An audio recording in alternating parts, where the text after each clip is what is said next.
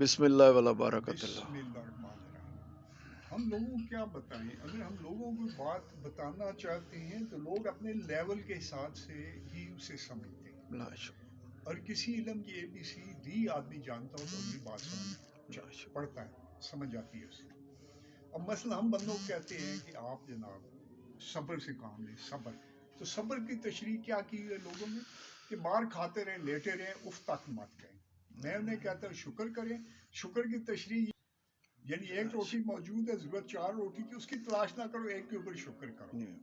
بھائی یہ ہے کہ ایک پہ شکر کرو، اصل تشریح، اور 4 کی تلاش جاری رکھو۔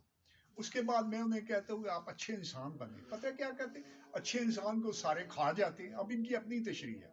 بھائی حقیقت سننا، اچھے انسان بنو، اپنی جیب پہ بھی ایک ہاتھ رکھنا ہے ورنہ لوگ لوٹ کے کھا جائیں گے۔ ایگزیکٹلی، تو ایک سرٹن لیول چاہیے اسلام کے اصل پیغام کو سمجھنے کے لیے بھی، اور وہ اکثر لوگوں کے پاس نہیں ہے۔ نہیں میں ہے۔ اپنی جو ٹیچنگز ہیں اپنی کتابوں میں وہ علامہ لیول اقبال کی شاعری کا لیول، علامہ اقبال کی شاعری کو سمجھنے کے لیے ایک سرٹن لیول چاہیے۔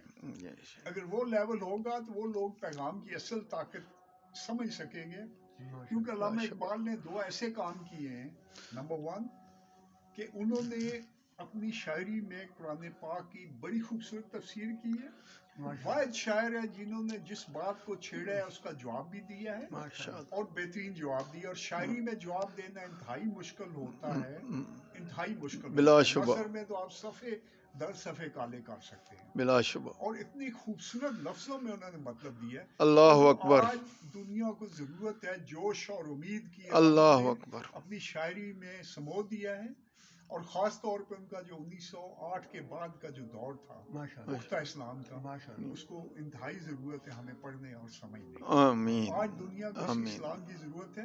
ہمیں وہ مردہ اسلام نہیں چاہیے، زندہ اسلام چاہیے۔ زندہ اسلام چاہیے، جس میں ہر اللہ آدمی اکبر، دیکھیں، مسلمان کی ایک ڈیوٹی ہے کہ اپنے آپ کو سنبھالے، بلا شبہ، اپنی لائف کو آرگنائز اور مینج کرے، اس کے ماشاء بعد اللہ۔ اپنے دوستوں، عزیز و اقارب، فیملی یعنی برادری، محلے، شہر، ملک ودن کو حلقہ آرگنائز کرے۔ ارباب، ہاں، پھر ملک کو آرگنائز کرے، بلکہ جی، ساری دنیا کو ٹھیک بلا کرے۔ شبہ۔ اور یہ ہمت آمین، مرد مسلمان میں ہوتی ہے۔ اس کا آمین، کام ہی آمین۔ جہاد ہے، اور جہاد کا مطلب ہے دنیا کو پیار بھری جگہ بنانے کی کوشش۔ اللہ، بلا یہ ہم شبہ۔ سب نے کرنی اور ہم پہ فرض ہے۔